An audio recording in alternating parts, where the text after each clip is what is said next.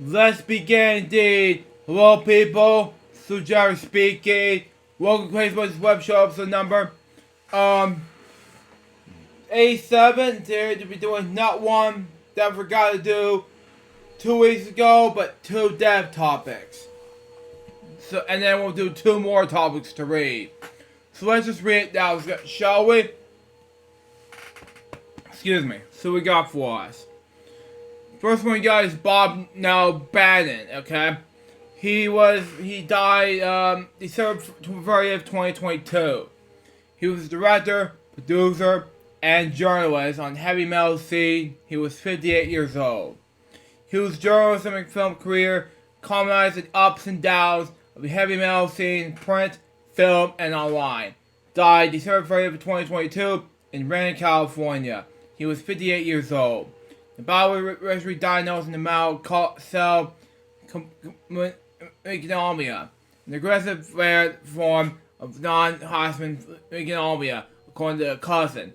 The body began his career in his teen years as a publisher, editor-in-chief of the heavy metal fanzines, the Headbanger, in April 1982.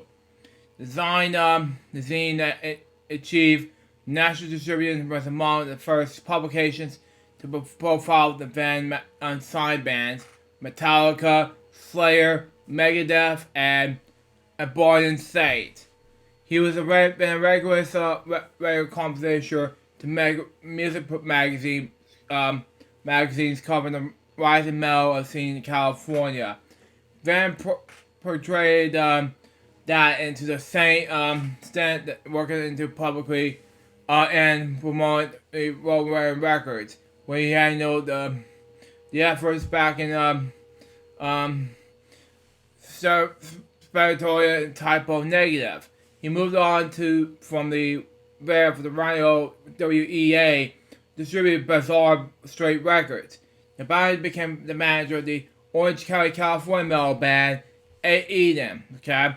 Getting them assigned a worldwide deal from Amos Restless Records. He was also credited with letting Megadeth guitarist Marty Freeman with a gig with that band. He used an outgoing personality and networking skills.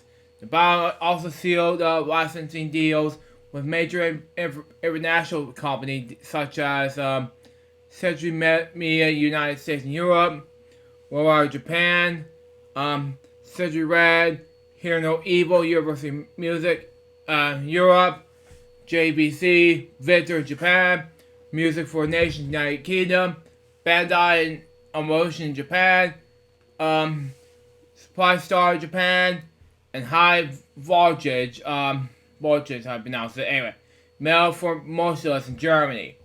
It was an early editor and podcast about hardradio.com. Move on to the Stockware's Soul Sessions podcast, which he owned and produced.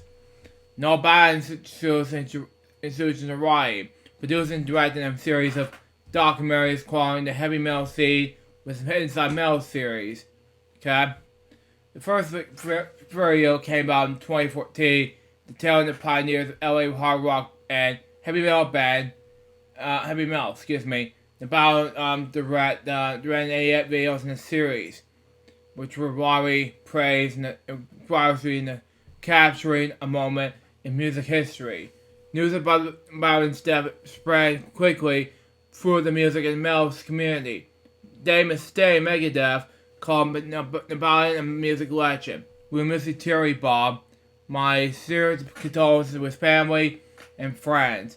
Former Megadeth bassist David Ellison also paid tribute. With deep shock and sadness, we here offer our condolences to our friend Bob Nabalian, who passed 2 weeks ago. It was December 30th at the time. Bob was one of the first male historian journalists I met with. I was moved to LA in 1983. A true friend, fan, supporter, and lover of all things heavy metal. He did so much in our community and was deeply missed. No major survivors, a memorial with pens remains available. It was at the time, but there you go. And my last topic, death topic, has with Blake Hansel, who passed this week. Bernard Blakeman Hospital was an American journalist and editor who worked with for New York Times, Political and Ferguson Policy. A graduate of Yale University, he was 2011 finalist at the Medicine Award. The same year, Time magazine identified him as Operation one of the most and the best Twitter accounts. He died by suicide earlier this year after living in social depression. He was 44 years old. He was born in Bernard Blakeman Hospital in California on September 4th, 1978, and has two siblings. He grew up in Delaware and Pittsburgh. He graduated from Yale University in 2002. After studying political science, and after graduation, Hansel moved to Egypt and studied and learned Arabic. In Colorado, Hansel worked at the Human Rights Focusing. I can't pronounce his name, sorry. Auburn Columbian Center for Department Studies. Fate that founded by Saad Eddin Abarian. Okay. Hansel edited for New York Times on politics newsletter. Okay. After joining the newspaper in October 2021, he previously worked with the managing editor in WebShow. After starting his journalism career in foreign policy in 2006, okay, at WebShow, okay, also was instrumental in launching the national security newsletter, the NASDAQ Daily, okay. Foreign policy with one of the media industry newsletters, the Best of Web Awards in 2008, under his leadership, okay. His Twitter account was identified by Time magazine, one of the 140 best of 2011. The same year, he reported the Arab Spring Mayhem and the Livingston Awards for Young Journalistic finalists. He also co-edited Richard Wagner's 2012 memoir, South Tiger,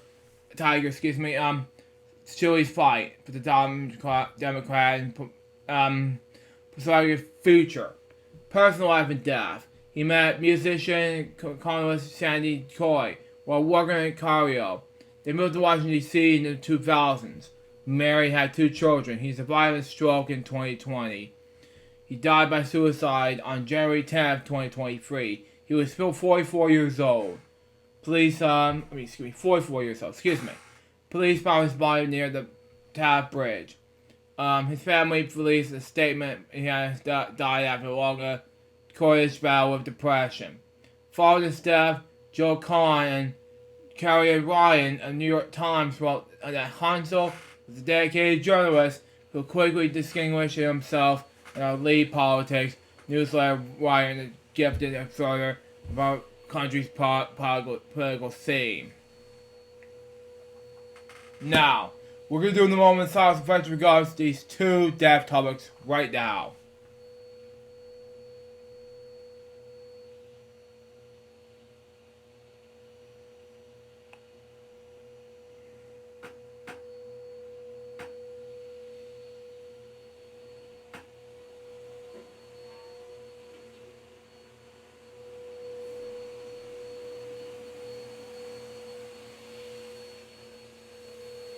Thank you. Rest in peace, these two people. Now let's move on to the next topic, and that is John Williams. Okay, he isn't ready to retire just yet. I got 10 years to go. Okay, none of you old composers will stick around for a while. Okay, it looks like John Williams is retiring after all. I'll stick around for a while. The composer said that we'll see it next to Steven Spielberg and the American Cinematic Celebration of the Writers Guild of America here in Beverly Hills, HT, The Hollywood Reporter. I can't retire from music. A day without music is a mistake. Celebration focused on the Paris 50th anniversary collaboration, which began in 1974 with Sugarland Express. William McKnight, whose retirement over the summer, will discuss his score for the Indiana Jones and the Dawn of Destiny. The film is said to Harrison Ford's last stint as a famous inventor. Stephen's the last of things, Williams said. The event, he's a director, he's a producer, he's a studio's head. He's a writer, he's a photographer, he's an educator. One thing he's a man you may say no to. So I got 10 more years to go. I'll stick around for a while. Also, you can't retire from music. It's like breathing. It's your life. It's my life. A day without music is a mistake. Spielberg, who appeared visually shocked at Williams' announcements, replied, "I better get to work to find out what the hell I'm doing next." Williams most recently composed a score for Spielberg's coming-of-age drama, The Fabelmans, as well as music for Indiana Jones 5. He scored for the first Star Wars movie, the 1977 film, winning an Academy Award for celebrating what would become arguably some of the most important music in pop culture history. The composer also made iconic Spielberg vehicles like E.T. the Extraterrestrial, Jaws, and closely concerts of the third kind to his supporters. Indiana Jones' Dial of Destiny is expected to hit theaters 2 days after it turned 28. June 30th, 2023. Okay? For more, check out the guide to the most exciting upcoming movies for coming our way throughout the year and beyond. Okay? And that's it for this topic. Now, before we get on to the last topic, okay? I want to say this. Savannah Mall has been closed 2 days ago. Now, just want to say it out to you. I haven't talked about this in the video last 2 days ago, but future to say, I'm gonna miss Savannah Mall very much. It was one of my favorite traditions to see Santa Claus in every Christmas, and I'm gonna miss it a lot. What are we gonna do the next year? Well, I'm sorry to say, there is gonna be none this Christmas, unfortunately for me, because I'm just gonna say, I'm had to say it here, say it out loud, but we're gonna see Santa in a different location instead of Savannah Mall. I'm just like speechless. It's closing down, unfortunately. Just like in 2016, in 2016, where I was doing my when my family was like doing his when my family and I were doing my thing here, I was just like, when Alex Small was closing down over his childhood, he was in shock. Now this year, I am shocked as well when my mall is about to be closing down. That was my childhood memories for me. I'm gonna miss it. And you're gonna miss it in Savannah so much when you're not around for Savannah anymore. That was next to the movie behind us, the Fear Room.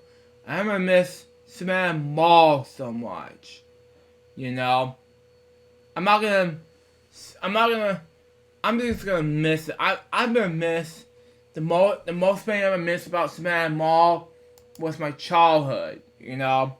But I'll get to the Brit Awards topic a little bit, but you know, I'll talk about it in another video, but I'm gonna miss anything about Savannah Mall, and just so happens, I'm gonna say, this is probably the least memorable thing I've ever seen about Savannah Mall. We'll discuss all about that on FWO episode number 375. Right now, I'll have to talk about one last topic, and that is Brit Awards face backlash for no woman nominated in gender neutral category, okay? Total other backlash is, excuse me. So the Brit Awards introduced an Artist of the Year category in the general replacement for best female artist categories. Best all 5 nominees this year turned out to be a male. Whoops. Total other backlash has been entered in every London newspaper. The BBC, Telegraph, and Emmy in the time, and many more are very angry. I warn people about this. Going gender neutral. The male-dominated industry leads to women being sidelined. As simple as that. I'm not sure why it's so for Bill's award bodies to understand. Common non-binary people for the challenge response to occur as to shooting yourself in the foot. It's not worth it. You're just a silent woman. The British stated that they chose a non-gender Cybernetic award to make them even more effective recognition respective work, rather than our artists in body. Well, guess what? Female artists lose out, and whoever the industry in, the results did look more exclusive. Of course, now you have journalists dialing down of the gender neutral categories and actually stating that there will be magical award that 50% of the nominees are women. Ladies and gentlemen, I give it to the Guardian columnist Owen Jones. My view is that gender neutral awards should be reserved 50% of nominations for women. Women represent a majority of music and industry workforce, so the Academy making nominations should also be weighed at least 50% women as well. So these people are raceless, and they'll never admit that they'll be wrong as well. Ever. So that's all for that topic. And that was this episode of the Crazy Bunch's web show. Hope you enjoy it. There will not be a fun fact of the week for this episode. Yeah, I'll say I have various fun facts of the week and we save it up for spam off. But anyway, hope you enjoy it. Stay tuned for the next one, which is going to be episode 88. It's going to be the Sunday before Jim Larry's death episode. I'm hoping you enjoy that episode. We'll just see what happens. Till next time, Sue Jerry's and Bob, baby. Get more Crazy Bunch's web show episodes, guys. Pursue. So is it out. See ya.